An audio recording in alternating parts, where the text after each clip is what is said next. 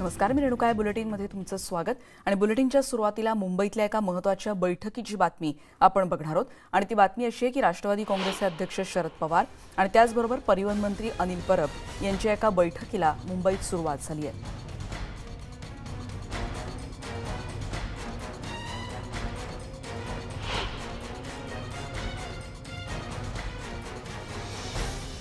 वरळीच्या नेहरू सेंटरमध्ये ही बैठक चालू आहे अशी माहिती कळते आणि एसटी संपाबद्दल या दोघांमध्ये महत्त्वाची चर्चा झाल्याची माहिती सध्या समोर येते। उदय जाधव आमचे प्रतिनिधी आता आपल्या सोबत आहेत। उदय, आत्ताची महत्त्वाचं हेच अपडेट्स म्हणायला हवं, काय काय माहिती कळते याविषयी? रेणुका, गेले 3 आठवडे एसटी कर्मचारी संपावरती आहेत। हा संप दिवसागणिक चिघळत चाललेला आहे। त्यावरती काहीतरी तोडगा महाविकास आघाडीने काढावा लागेल, अन्यथा याला वेगळं वळण जे आहे ते लागण्याची शक्यता आहे। त्याचमुळे आता खुद्द राष्ट्रवादी काँग्रेसचे अध्यक्ष शरद पवार हे मध्यस्थी करायला तयार झालेले आहेत आणि त्यांच्या उपस्थितीमध्ये वरळी इथल्या नेहरू सेंटरमध्ये शरद पवार यांचे जे मुख्य कार्यालय आहे त्या कार्यालयामध्ये परिवहन मंत्री अनिल परब हे गेले 1.25 तास त्यांच्यासोबत बैठक सुरू आहे। या एसटी संपासंदर्भात काहीतरी सन्मानजनक तोडगा कसा काढता येईल जेणेकरून एसटी कर्मचारी जे संपावरती आहेत त्यांचं देखील समाधान होऊ शकेल, या संदर्भात ही महत्त्वाची चर्चा सुरू आहे। सूत्रांकडून जी माहिती मिळते त्यानुसार अर्थमंत्री अजित पवार, उपमुख्यमंत्री अजित पवार यांची देखील या संदर्भात माहिती जी आहे ती घेतली जात आहे, त्यांचे देखील विचार घेतले जात आहेत।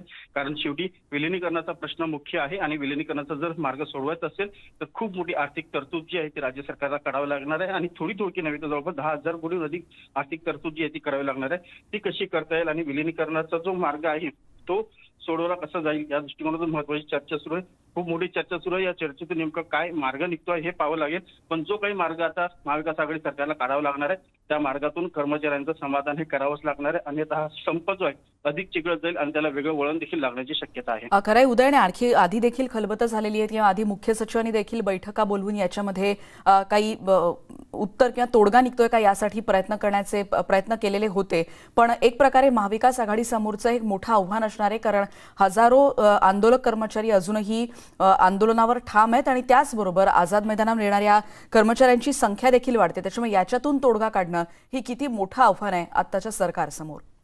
राज्य सरकारसमोर खूप मोठं आव्हान आहे कारण एसटी आधीच खूप मोठ्या तोट्यामध्ये आहे। एसटीचं जे वार्षिक उत्पन्न आहे ते जवळपास 7 ते 7.5 हजार कोटींचं आहे।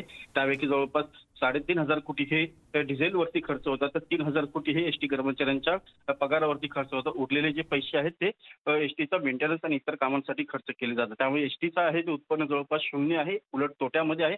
राज्य सरकार दरवर्षी आर्थिक तरतूद जी आहे, विशेष आर्थिक तरतूद एसटी महामंडळाला करत असते। त्यातच आता एसटीचे जे जवळपास 94,000हून अधिक कर्मचारी आहेत त्या सर्व कर्मचाऱ्यांनी विलिनीकरणाचा मार्ग जो आहे तो अवलंबलेला आहे। राज्य सरकारच्या सेवेत त्यांना दाखल व्हायचे आहे। विलिनीकरणाच्या मागणीवरती ते ठाम आहेत आणि गेले 3 ते 3.5 आठवडे एसटी कर्मचारी संपूर्ण राज्यभर संपावरती आहेत। हा संप दिवसागणिक चिघळत चाललेला आहे।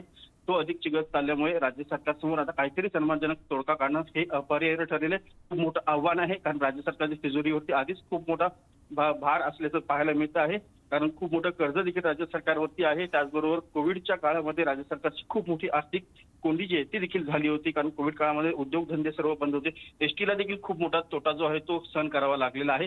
त्यातच आता एसटी कर्मचाऱ्यांची मागणी लावून धरलेली आहे, ती सोडवण्यासाठी एसटी कर्मचाऱ्यांचं कसं सन्मानजनक समाधान करता येईल याकडे प्रामुख्याने पाहावं लागणार आहे। कारण जर विलिनीकरणाचा जो प्रस्ताव आहे तो जर स्वीकारला तर राज्य सरकारला खूप मोठा आर्थिक भार जो आहे तो सहन करावा लागणार आहे। एसटी तोट्यामध्ये आहे आणि परत वरती जर एवढा मोठा आर्थिक भार सहन करावा लागला तर राज्याच्या तिजोरीवरती देखील खूप मोठा परिणाम होण्याची शक्यता आहे। त्यामुळे अर्थमंत्री अजित पवार यांचे देखील विचार जे आहेत ते तिथे महत्त्वाचे आहेत, त्यामुळे ते काय मंजुरी देतात हे देखील पाहावं लागणार आहे। मात्र आता एकूणच महाविकास आघाडीसमोर खूप मोठं संकट आणि खूप मोठं आव्हान जे आहे ते उभं केलेलं आहे एसटी कर्मचाऱ्यांनी संपाच्या मार्गातून, आणि हा संप जर मिटवायचा असेल काहीतरी सन्मानजनक मार्ग जो आहे तो एसटी कर्मचाऱ्यांसमोर ठेवावा। अगदी उदय, खरं आहे आणि त्याच्यामुळेच शरद पवार आणि अनिल परब यांच्यामध्ये ही बैठक सुरू आहे कारण हे गणित जोपर्यंत सुटत नाही की विलिनीकरणाच्यासाठी एकीकडे एसटीचा एकीकडे होत असलेला तोटा आणि त्याचबरोबर या सगळ्या कर्मचाऱ्यांचे पगार आणि या सगळ्याचं गणित नेमकं जमवायचं कसं या दृष्टीने हालचाली सुरू आहेत